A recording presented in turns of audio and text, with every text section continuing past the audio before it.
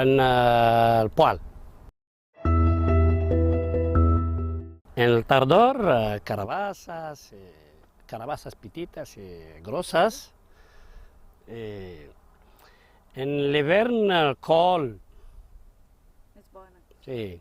En primavera, tomàquet, pebrot, menta. Més o menys 130, 140 metres quadrats.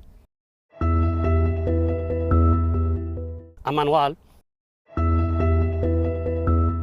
I jo treballo sol.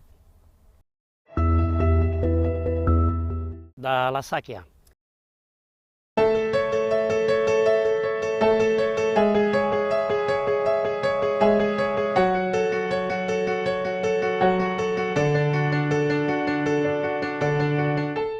Doncs ens trobem a l'espai dels Horts Municipals del Poal, que és un projecte que juntament amb l'espai també d'Horts Municipals del Xup conformen el conjunt d'horts municipals de la ciutat de Manresa. I el que fa és posar a disposició en els espais com el que estem ara del regadiu de la ciutat a conciutadans, a manresans i manresanes que vulguin tenir una parcel·la per poder cultivar i treballar la terra en un espai, en un entorn ideal per poder-ho fer.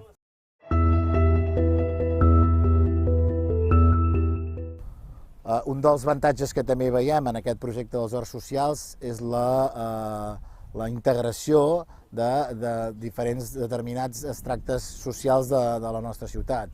És a dir, és un valor positiu en el sentit de que diferents generacions, gent gran, gent jove, homes, dones, gent nouvinguda a la ciutat, gent ja més arrelada en el territori, es produeix una barreja molt interessant que en aquest sentit és valorat positivament perquè contribueix a fomentar llaços de bon veïnatge, aprofitem perquè la gent també s'interrelacioni d'una forma més positiva i l'hort ajuda també a que això es produeixi.